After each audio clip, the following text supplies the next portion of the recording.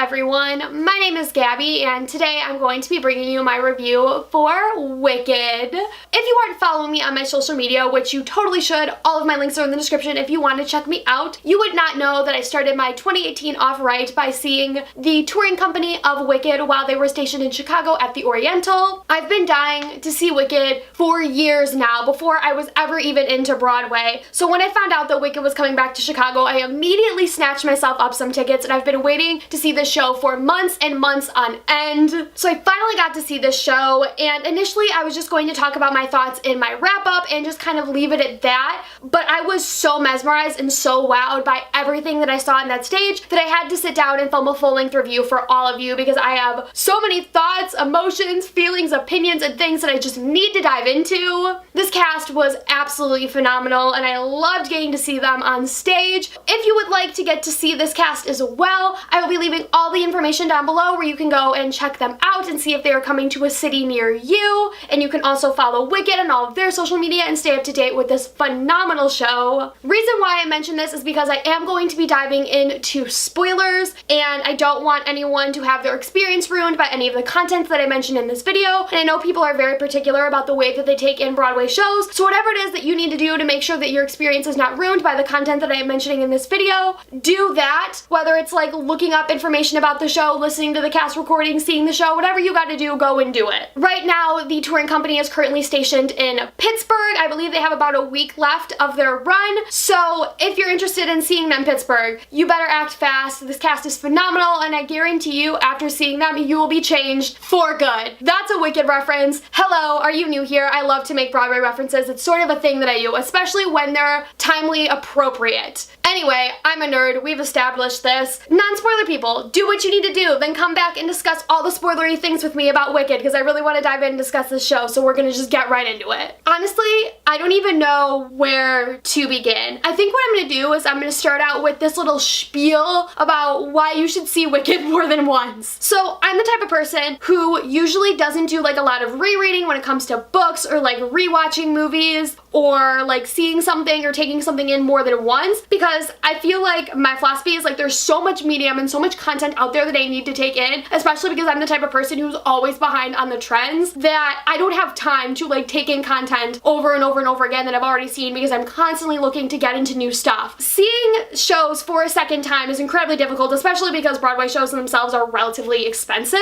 but this is a show that I know for sure if I have an opportunity to see it again, I will jump on it immediately. Biggest reason why is because there is so much content to take in with this show that just watching it the first time, you're not gonna pick up on everything and you're not gonna be able to take everything in. It's physically impossible. Because let me break down all the elements for you that you have to be taking in if you're sitting and you're watching the show for the first time. Number one, there's just the like visual element to all of the actors and the performers. And so like you have their hair and makeup and costumes that is just so stunning that you're like watching them and you're just like amazed because they look so beautiful. Dr. Dillman, I think, is a great example because you're having to take this male actor and transform him into an animal. So like the prosthetics and the makeup on that is like stunning, and Madame Warrible is like the same thing, and the fact that she's like very much covered in like glitter and these really like beautiful costumes. And of course you have Glinda's bubble dress that is stunning, and Elphaba's dress in Act 2 that's absolutely gorgeous, and like seeing pictures of it up close, I was like so much more amazed by it than seeing it on stage. It's just like the costumes are just out of this world. And you have the ensemble too, and all of their phenomenal costumes. You have Bach in like his one suit that's absolutely wonderful, and the Fiero pants. Like there's so many costumes in this show that are so damn iconic that like taking all of that in is in itself just like a big ass thing that you have to do. That's not even like the start of it. You're also having to take in the actors' performances, so that includes like dialogue and music, and when you're listening to the music, you're also taking in the orchestrations, and music when you listen to it naturally moves you, so you're being like captivated by that as well. And then you have the entire stage, and you have all of the props and the set pieces and things that go into telling this story visually.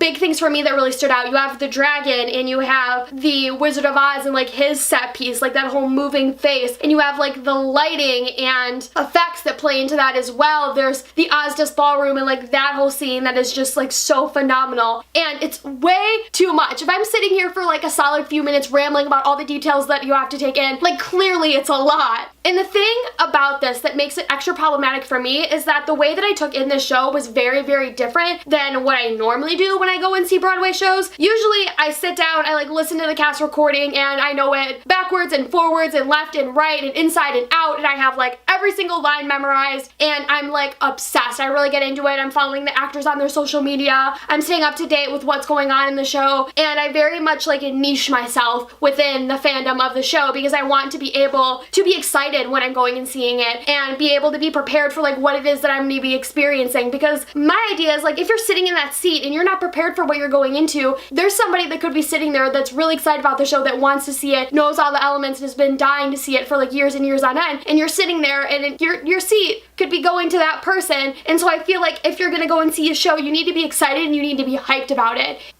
I kind of broke my golden rule when I saw Wicked, which was bad because I don't like to do that. I got my tickets in August, and because the show's been around for such a long period of time, like I never listened to it. And there's songs that I have listened to before, but I never really got to sit down and listen to the entire cast recording because of course I'm new and I'm just getting into Broadway for the first time. It was like I started listening to Newsies in September, and then like suddenly it was January and I started my junior year of high school, and like time got away from me. A few days before seeing the show, I'm listening to the cast recording 2 times through, and I'm like following the actors on their social media, and it was just like a very frantic experience. So because I wasn't prepared visually to take it all in, it was very, very overwhelming. And even if you are prepared, it's just overwhelming in general. So like imagine not being prepared for what you're going into. Like it's a lot. Which is why I feel like I need to see the show again, because there's so many things that you miss because there's just so much going on, and depending on what it is that you're paying attention to and what it is that you're taking in, there's things that you're missing. And so when you go back that second time, you're going to be able to take in all of those new elements, and you're going to be able to sort of be prepared for the layout of the show and how it runs and like certain visual things to expect, because for the most part, you know, the format of it is generally the same. All those elements you're already familiar with, you can sort of like pass those by and you can be exposed to all those new elements, which just makes seeing the show for a second time is so much more worthwhile because it's going to be a new experience every single time. Following up with that same idea, the great thing about this show is for the most part, you're going to be seeing different cast members in these roles every single time, and the performances fluctuate so much just depending on who is in and who is playing what role, because the characters in Wicked are very, very dynamic in terms of the fact that as an actor or actress, there's multiple interpretations that you could make about the way that you're going to portray a character, because they really don't have a lot of major requirements to them in terms of the way that they need to be portrayed. Elphaba is a great example of this. Just looking at her character from the very beginning and what we know about her. Her mother has an affair and ends up getting pregnant. She gives birth to Elphaba. Elphaba comes out green. Everyone freaks out and is like, how the hell did this happen? And Elphaba's father is incredibly ashamed of her. And so when Elphaba's mother gets pregnant for a second time, he does everything in his power to try to prevent what happened to Elphaba, and in the process ends up killing his wife and disabling his daughter. And so now he puts all of that on to Elphaba, and that's on her shoulders for her entire childhood. So when we're first meeting her in the story, she's given one responsibility, which is take care of your sister while she's at shiz, be there for her, take care of her.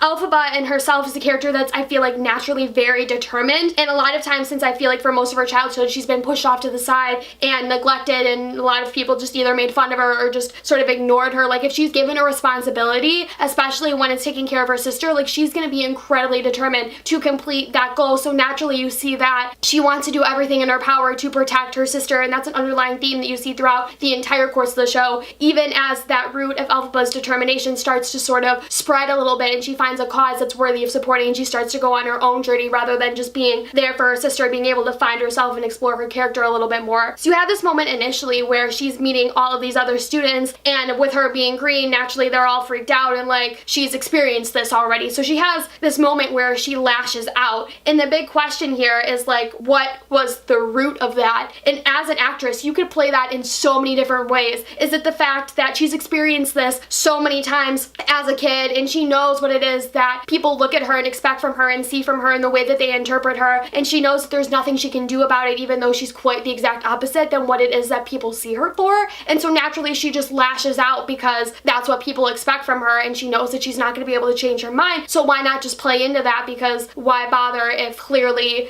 there's nothing that she can do to change that? Or you could also play it as the fact that like she's here to take care of her sister, she has this one goal and people keep getting in her way and making fun of her, and she's just like seeing that she's gonna be separated from her sister, and she realizes like her one goal, the one mission that she has could easily easily just fall apart, and she's so determined to be there for her sister, and just has like reached her breaking point of like all these kids making fun of her and all these people underestimating her, that she just lashes out, and so it's more of an emotional thing. You could go either way and still get to that same end result, and that's what makes her character so interesting, is that there's so much to play on, and as an actress, you could decide to go one route and stick with it, or depending on how you're feeling, do like one interpretation one night or another, just depending on what mood you're in and what story you want to tell, or what you feel like her character is going through at that specific moment. That in itself applies to every single character in this show, in the way that you interpret their actions and sort of get to the underlying themes as to why they're doing what they're doing can completely change each and every single night. And that's what makes it so interesting, because every time you have a different actor or actress on stage, their interpretation is to be completely different, so the show itself is going to be completely different, because every single actor and entity that is on that stage is going to do a different performance, and so you're seeing a different show every single time, and that makes it incredibly compelling and incredibly worthwhile to see a second time, because it's basically like getting to see a new show each and every single time that you go in. And I feel like a lot of other Broadway shows just naturally do not have that characteristic.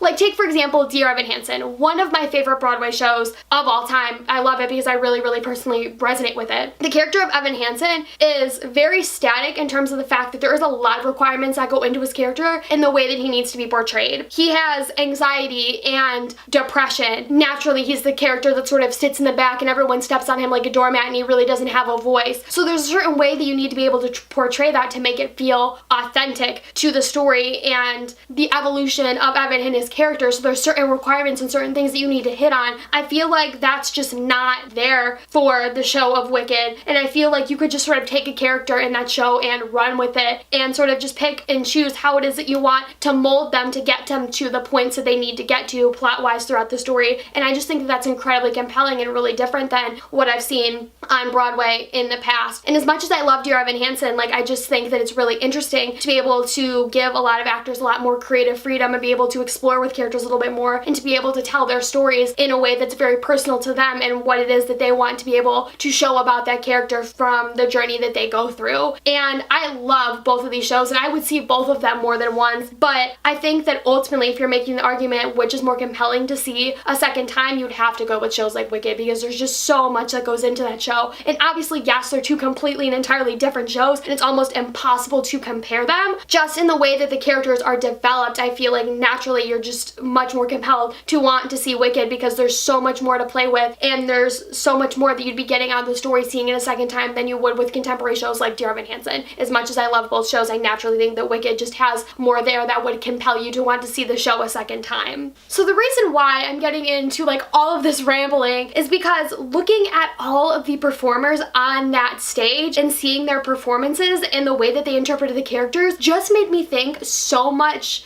deeper about the story and the world and the way that people function. It's such a great way to like strip down character and break down people to their purest form and be able to see what is it that motivates them and what is it that compels them to interact with other people the way that they do. The performances were that good that I was stripping down the show to its rawest form, which just tells you how compelling these phenomenal people in this touring company are. So I'm really excited to break down all of their individual performances for all of you and discuss favorite moments and things that I really enjoyed about this show. And also, reason why I got into all of that is because this is definitely not going to be my last time in Oz. This is a show that I want to see over and over again, because I want to be able to take in all of those new experiences and those new performances every single time, because I love getting to watch a show or take something in for a second time, especially if it's something that I really love, because the way that I view it completely entirely changes, and I have a new appreciation for it that I may have not had the first time around, which I think is so interesting. It just makes watching something a second time worthwhile if you know that you're going to be able to get that experience out of it and that emotional response out of it. And it's definitely a show that touched me in a way that I didn't think that it would, and I think a lot of it was just like what I was going through at the moment and how I was feeling, that the show just really emotionally resonated with me in a way that I needed in that specific moment when I was seeing it. So I'm really really glad that I got to see this company and that I got to see the show when I did, because honestly, I do have the debate with myself sometimes about whether it would have been worth it to see this show when a lot of my friends did and be able to see it several times, or be able to see it now when I have the appreciation for Broadway and when the show is going to be able to touch me more than when it would if I were seeing it like when I was younger. And it's hard because I would love to have seen the show several times over already, but I think I'm happy to be able to have had the experience that I did, where I'm taking in for the first time when I have the love and the appreciation for the community and I'm able to watch the show and have it touch me for the first time in the moment that I'm seeing it. And I just had a really, really beautiful experience, and I'm really excited to dive in and discuss everything a little bit deeper with all of you. So let's get into breaking down some of the individual actors and actresses' performances in the show and moments that I really, really enjoyed. Of course, I am going to put the brief subliminal message out there that I am not going to be diving into every single performer in this company, just because there is a lot of people that make up this cast. It would be hard to discuss everybody's individual performances. Everyone in this company was stellar and phenomenal, and I loved each and every single individual performance. It just, I want to be able to take the time to dissect the performers that were really compelling to me, and I really have a lot to talk about in terms of like moments that I really liked and things for me that really changed the way that I saw the show or really struck me. And I'm not gonna like break down every single individual performer's time on the stage if I just don't have a lot to say or comment on. That's also for the sake of trying to cut down time that you're watching this, because I love to make excruciatingly long videos because I just love to ramble and comment on things and be able to express all of my thoughts and opinions and feelings. So if I'm not able to do that about every single person in the company, I apologize. I'm a big advocate for the idea that each and every single person is just as important to this show as the next, and I don't think that leads are more important than understudies, or that people behind the scenes are less important than the actors. Like, I appreciate and value every single person on that stage, big and small. It's just for time purposes and also just convenience, because I'm not going to sit here and say like this person was great but I really don't have that much to comment on their performance and just move on. Like, that would be pointless. So I'm going to stick to the people that I have a decent amount of quality content to discuss. So now that that's all out of the way, let's finally dive into discussing the show, because you're all probably waiting. So we should probably start with our Glinda, Jenna Claire Mason. I loved her performance. It was absolutely stunning. I think that the thing that I loved most about the way that Jenna Claire played Glinda was that she had this really nice balance of like lovable and also extremely obnoxious and annoying. And I feel like that's just extremely necessary when you're going to portray her character, because the whole entire basis for the show, the whole thing that you're going off of, is that the world that we know from The Wizard of Oz is not all that it's perked up to be, that there's a lot more to the story that we do not know. And so this Broadway show looks to fill in all of those gaps and sort of tell the story about why certain things that we know in this world are true and how they came to be. And so naturally, when you're developing your characters, you need to be able to have that same factor of these characters aren't all that you think that they are. And Glinda's one of those characters that you as an audience member are naturally compelled to like, because she's Glinda the good. When you've seen the show so many times and it's like so rooted in your DNA, because it's just one of those really classic movies that everybody should see in their lifetime, and like if you haven't seen it, then your childhood just is not valid. Like, there's some movies that people like to make that argument about, and I feel like there's situations where it's debatable, but like this isn't one of them. It's the freaking Wizard of Oz. It's the first movie that combined like black and white and color. Like, it's just a masterpiece.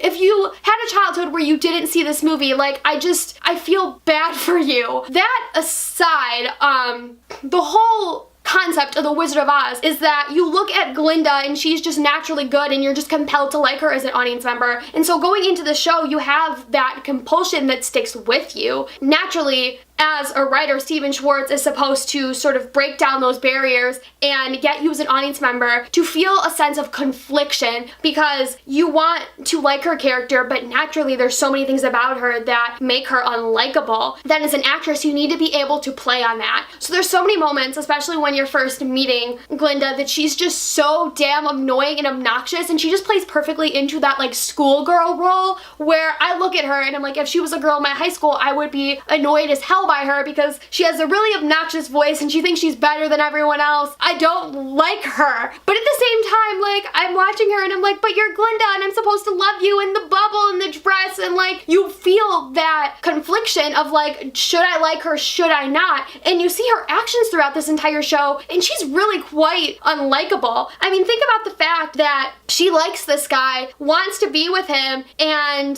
the minute that he starts to sort of put his interests elsewhere, she immediately goes and turns against Elphaba, sells her out to the wizard and Madame Warble, and has this like whole search out for her about like water will melt her, and goes and kills her sister in order to lure her out. When you look at some of the things that she did, like, she's not all like bright and sparkly and pink sunshines and rainbows like you think that she is. I just got that so much from Jenna Claire's performance, and I absolutely loved it because as an audience member, you want to feel that confliction of like, how the hell do I feel about this character? Because I still don't know a month after seeing this show to the date. I'm actually filming this on February 4th and I saw the show on January 4th. So it's been 30 days and I'm still sitting here. I don't know how to feel about this character and I'm still thinking about it and still pondering like, is she good? Is she evil? And that's like the whole premise of this story. Are people born innately evil, or is it something that sort of is thrusted upon you? She just takes that and really just makes you think about that, because she's playing a character that's supposed to be likable but just really is not when you see her plotline and her story develop and some of the things that she does. It's the most interesting thing, and I loved her performance because I wanted to love her, but I also hated her character as well, and I felt so conflicted. Also, I have to mention that I loved Popular. Like, I was so excited to get to see that song perform, and I just loved it because that was a moment where I was like, she's just so precious. I ate it up. I ate her up. Like, I would want to put her in my pocket, like eat her up in that moment. Like, she was just so cute and I loved it because she had the nice balance of like really cute moments where you like want to love Glinda, and then also moments where you're like, what are you doing? You're a horrible friend. And it was just, there was a perfect balance, and I just loved her performance. Her voice is beautiful. I loved watching her in like every single one of Glinda's costumes. She looked absolutely stunning, and I got to meet her at the stage door and she was really sweet. And a lot of the cast members, most of the ones I'm going to be talking about in this video, or almost all of them to be honest, interacted with me on Twitter in some way, shape, or form, and she was just really, really sweet, and I adore her, and I hope that all of you get to see her as Glinda because she's the literal best. So moving on to our Elphaba, MK Morrissey, Mary Kate. Wow, she absolutely speechless. Like, I could end it right here and just say defying gravity, period, end of sentence, moving on, and like that would just like completely and entirely encapsulate like everything that it is that I need to say about her character. That moment, like, that's what I was waiting for, is I'm like watching the whole first act and I'm just waiting for that moment in Defying Gravity. Seeing it live was such an experience. Like, I can't even begin to describe to you just like how mind blown I was. It was like the most I've ever been impacted by seeing like anything live ever. I was watching that moment, my jaw was like on the floor. I was like leaning towards the edge of my seat because I was in like row E, so I was in like the first row of the balcony, so I had no one in front of me, so I was like leaning towards the front of my seat, just like trying to get closer and just see this spectacle happening in front of me. And I like had chills as I was watching it, and like when it came to intermission, I was like, what just happened? Like, I was so taken aback by just like the power in her voice and just badassness that came out of that, and like the ensemble in that number too. It was just, wow, it was a thing to behold, and you need an actress that can have that power and step into the shoes of badass powerhouses like Idina Menzel and Jessica Vosk and Stephanie J. Block, like all of these really powerful women that just like belt to the heavens. You gotta have an actress that can step into that and just like dominate in that one moment and like sell your audience, and that was it, and I was just moved and just speechless. I also want to talk about the fact though that aside from all of that power that you see from Elphaba in that moment, MK does a really amazing job of creating this really like awkward and nerdy Elphaba that I just wasn't expecting at all. And there's several moments, and you get to see one of it during Dancing Through Life, where they're in the Asda ballroom and she's just doing this like awkward sort of dance, and you just feel so bad for her because she's so strange, and it's the greatest thing because how is it that a character that comes off like that can have so much power when you get to a moment like Defying Gravity, and there's just such a major shift that's there, but you get to see both. And I loved it because I just felt like I could identify with that because I sometimes feel like so awkward and so strange and just so uncomfortable in places at times. To be able to see that like a character that starts off like that, that's really awkward and a lot of people just look at and are like, what is wrong with you, can turn into such a powerhouse. And also just getting to like see Elphaba get the guy, like it's just so damn empowering that like you may be weird, you may be strange, you may be different, but someone loves you because of that. And it was everything that I needed in that moment because I've been going through a lot dealing with like my mental health and sort of like my own personal image and sort of like going through a little bit of an identity crisis and like who am I, and trying to figure out the way that I've looked at myself before compared to the way that I am now. And being a teenager, like naturally you're going through a lot of shifts, and just like seeing that performance just did so much for me. And I just was so moved by everything that MK brought to that stage, and I just absolutely just loved every single moment of her performance. And I loved the way that she portrayed Elphaba, and I'm so glad that she was my first Elphaba because she was just portrayed it in a way for me that I really resonated with and was able to just really deeply connect to in that moment in a time when I really, really needed it, and I'm just so grateful that I had that. Talking now about Glinda and Elphaba and their friendship, both Jenna Claire and Mary Kate have this beautiful friendship on stage and off stage that creates for this beautiful chemistry that you see between Glinda and Elphaba, and I absolutely loved it. And you could see it on the stage, and it was just so beautiful. And a moment for me that really, really, really hit me was For Good. This was a number that I was so excited to get to see because it was my 8th grade graduation song. 8th grade was a year for me that was a really important year because I had good teachers, I had a lot of good things going for me, I had lots of accomplishments. It was just a year that was really memorable for me, and like leaving 8th grade and sort of closing the door on that, For Good was a song that did that. And it's a really, really beautiful song, and just singing it and thinking about being in the choir performing it, and then like getting to see it performed live and get to see like the context behind it and getting to finally see it on stage was just so beautiful. And I was crying, and I normally never cry, but I could feel myself crying because it was just seeing this song that was so emotional to me, that was such a huge part of me and the year that was so important in my life. Getting to see it on stage performed by two women who have such a beautiful friendship, I just adored, and I loved getting to see the chemistry between them because it made the storyline and everything that you're seeing on stage feel so much more authentic because these two people have such a beautiful chemistry off stage that it naturally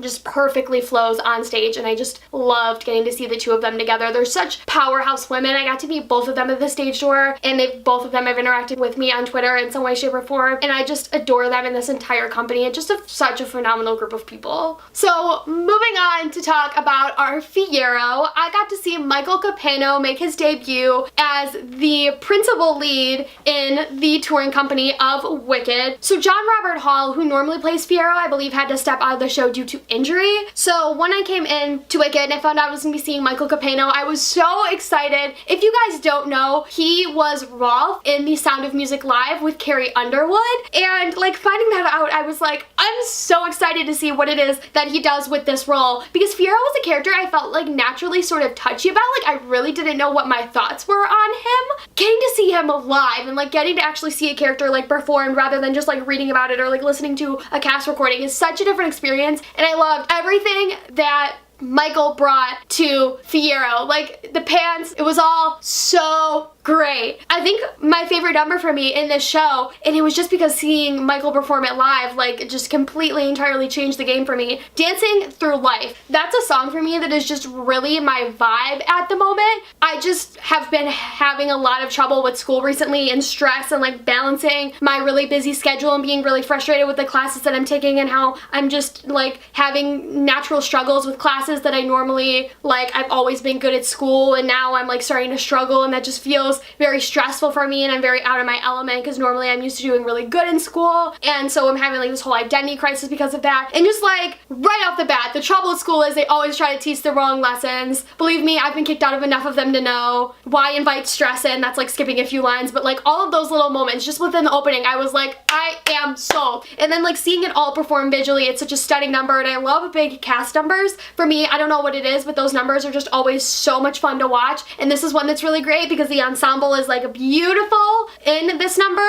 and I loved Fiero because he gets to have a lot of really humorous moments in it, and I ate that number up, and I loved it. And then like every single time I listen to it at home, I just get so into it, and it's just such a good number. Michael just did a phenomenal job with it. I loved seeing him play Fiero, and I loved seeing the way that he is sort of like with Glinda and the two of them, like you think they're gonna be together, and then like he starts to see these sides of Elphaba and her determination towards wanting to protect these humans slash animals and like wanting to be able to be there for them and provide a voice for them because they're naturally not given a voice because they're seen as weird and different, that she identifies with their cause and so naturally wants to give them a voice. And seeing Fiero find that in her even though she's supposed to be different and seeing them grow is so beautiful. And like the moment where he turns into a scarecrow, I'm like, oh, and like it was all so beautiful. And the number between Elphaba and Fiero, As Long As You're Mine, is just so beautiful with like all of the smoke. I just was so moved by his performance and I just loved it. And like in that moment, like seeing Dancing Through Life and that onward, I was just sold on Fiero and I was like, yep,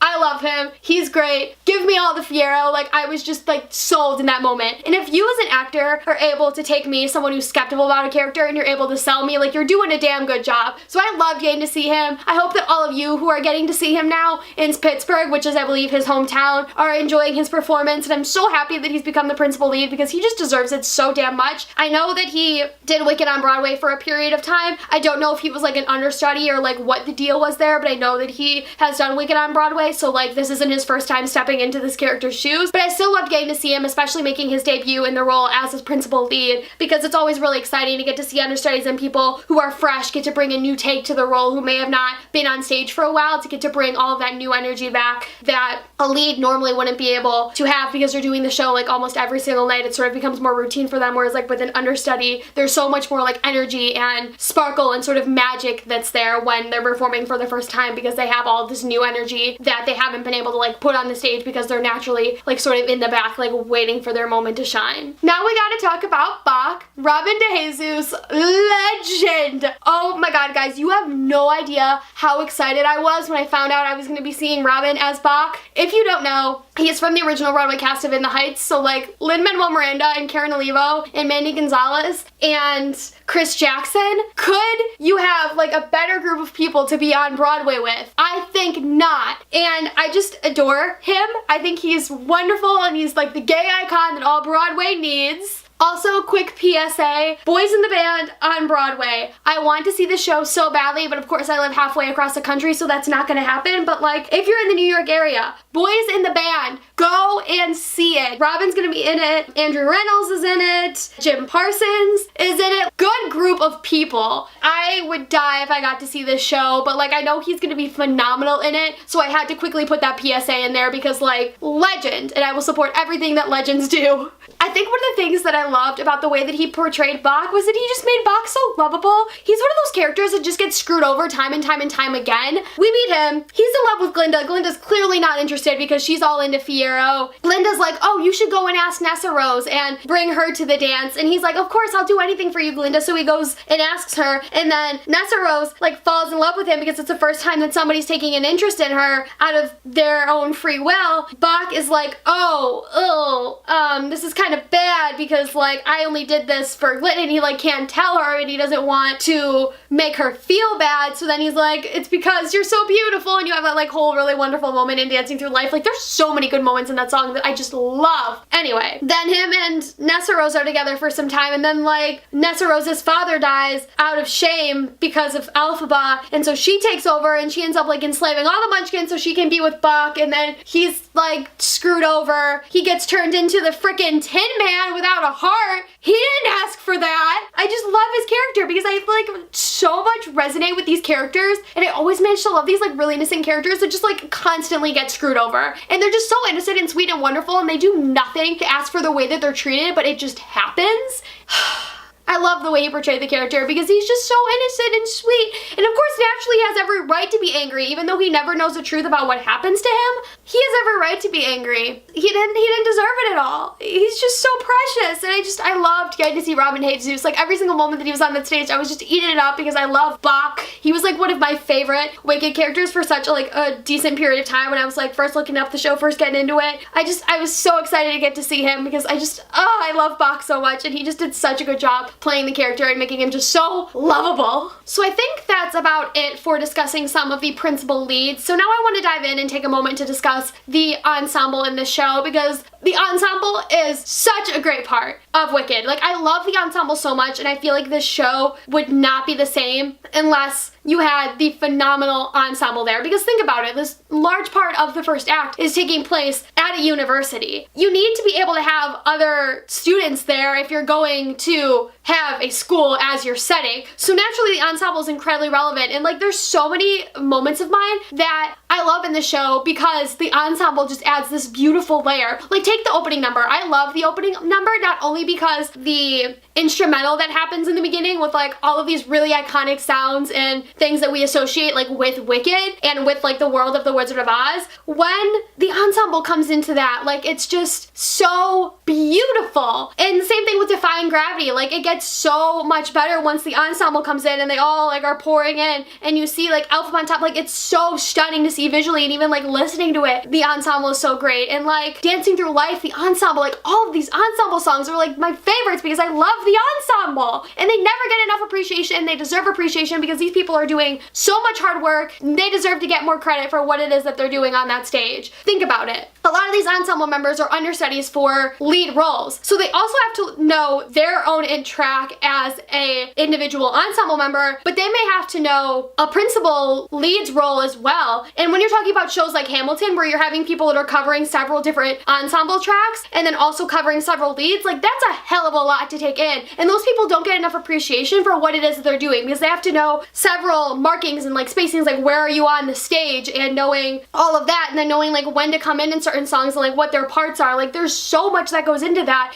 people don't appreciate and people don't acknowledge. And then they like look at these people and they like don't bother to talk about the ensemble and what it is that they add to the show because these people are having to do so much hard work, and I just adore them and everything that they bring to the show. So I want to talk about one specific ensemble member that I really, really adore. He has left the show with the Chicago run. I'm really glad that I got to see him on the last leg of tour. He's currently in New York City now. I'm really, really excited to see what's next for him because he's just so phenomenal. You may know him from Madam Secretary or Orange is the New Black as Oren, I believe is the character's name. He also made his Broadway debut in American Psycho. He was a standby for Craig McDermott, David Van Patten, Sean Bateman, Lewis Carruthers, and Detective Kimball. Why don't I just say his name already? Antony Sagaria. I believe I'm pronouncing his last name correctly. If I'm not, I would be super embarrassed. But Antony! Oh my god, I adore him. Not only because, like, he's got looks.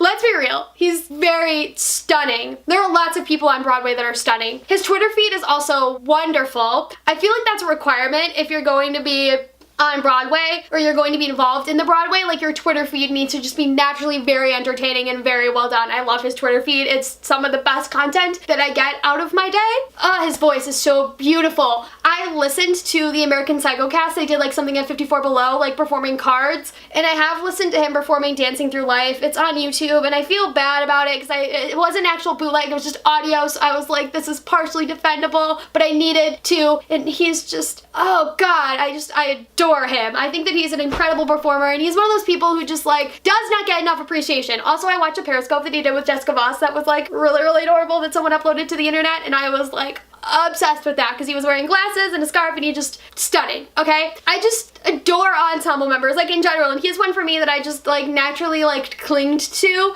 And that's a thing for me, is I always feel like when it comes to like watching Broadway shows, all the people that I cling to tend to be the people that are like naturally in the back that are just chilling, that people don't appreciate enough. And I adore him. And him and Andy Mientus were like together on the Wicked tour, and that probably would have broke me if I had seen the two of them together. Like, I would have been shattered. Like, I wouldn't have been able to like physically make it out of the theater alive, especially considering how like emotionally invested I was just in like seeing this cast, a lot of them like which I didn't have a lot of like connection to before going into the show. I don't think I could have lived through that. Oh, I would have loved to have seen the two of them together. I'm just glad that I got to see him on the last leg of his tour with Wicked, because I know he's been doing it for a while. He understudies Fiero. I really wanted to get to see him as Fiero because I bet he would have been phenomenal, but I'm glad that I at least got to see him in the ensemble. He did the Elvis track, and like I didn't realize why it was called the Elvis track, and then like he posts this picture about the put-in for the actor that was going to be replacing him, and I looked at the costume and I was like, shit, that was him, because I kept playing this game with the ensemble members, or because they have like 9 billion costume changes, I'm trying to like play like Where's Waldo with the ensemble members and try to find like where they are because they have like these 9 bajillion costume changes. His track also gets to wear a skirt, which I love because guys rocking skirts is a thing that we should all appreciate. I lived for that. I love his track personally. I think it's great. He also gets to like have the whole get up of being like a soldier type thing that I thought was cute, or like a guard. Yeah. I don't know. I loved his track and I liked watching him, and I was like following him the entire time, like trying to find the different ensemble members and like look for different people. So I loved getting to see him. I also got to see another understudy on that I would like to mention because this sort of fits into like the whole ensemble, like understudies, like underappreciated people. I got to see Lauren Hutton on as Nessa Rose, and she was phenomenal. I love the way that she played that character because her character is sort of one that's sort of in the back, and then like she takes over a little bit more in the second act. You see she becomes the Wicked Witch of the East, and there's like the tights and the shoes. Once you reach that moment of her having the full evolution and like seeing it as an audience member, like you kind of lose it because it's just putting all the pieces together. And that's the thing that's so great about this show, is I love like how it connects all of these tiny little pieces of like, how the hell did the Wicked Witch get her hat? Not something we were wondering, but like it's a thing that happens that gets answered. You get to find out about how the Cowardly Lion and the Tin Man and the Scarecrow came to be, two of which actually are just characters in the show that transform. So like Bach turns into the Tin Man and Fiero turns into the Scarecrow. The Cowardly Lion they rescue from Dr. Dilliman's classroom. Like the flying monkeys and how like that all came to be is that like Elphaba fought to free them, that the wizard was Elphaba's father.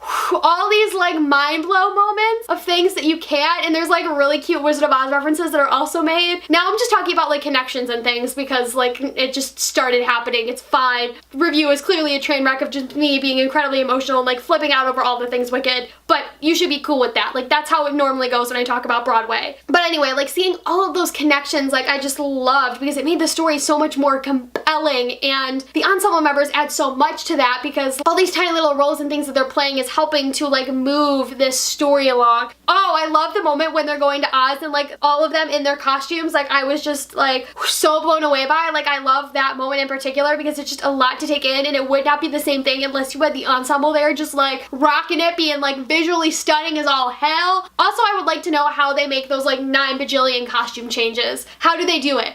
I would love to see like the system of like how do you change from like costume to costume to costume, because it happens so freaking quickly, especially with Bach. Like his transformation from Bach to the Tin Man happens so damn fast and like right on stage. So like how do they do that? All of those things. Like the whole show is just a masterpiece, and like I love how the ensemble contributes to that, and they're incredibly relevant to like the entire big picture and everything you see in that stage. They deserve appreciation. I wanted to highlight one specific member that I really loved, but everyone in the ensemble is great. Other people I specifically want to highlight. There's Olivia Valli, who I believe is the understudy for Elphaba, who's really great, and I know a lot of people have talked about her, so I'm a little bit familiar with her, and I was glad that I got to see her. There's Matt Meigs, who I believe was roommates with Antony, so like I liked getting to see him. I just love the ensemble, and I always love following like ensemble members and getting to see the things that they do in the show because they're just really underappreciated, and they add so much to like the big picture that you're seeing on stage. So I think that about wraps it up for my rambly discussion on Wicked. This video is probably going to be horrifically long, so I don't know if I'll be like breaking it up at all, but we'll see what happens. I had a lot of fun talking about this show and all of my thoughts and opinions and emotions and feelings about it, just because I love it to pieces, and it's a show that really changed me because I just really needed it in the moment that I was seeing it, and all the phenomenal cast members that made this experience so worthwhile. I was incredibly grateful to get to see on stage, to them for like interacting with me on Twitter and just being so responsive and wonderful to all of their fans. I hope that they're having an amazing run in Pittsburgh. Pittsburgh, if you are in the area, go and see them. You are not ready for like the talent that is going to be on that stage. I hope that you get to see them if they're coming to a city near you. Remember, all of that information is in the description down below. If you would like to check me out on Instagram or Twitter, it's at GabbyYABooks with one Y, so that is GABBYABOOKS,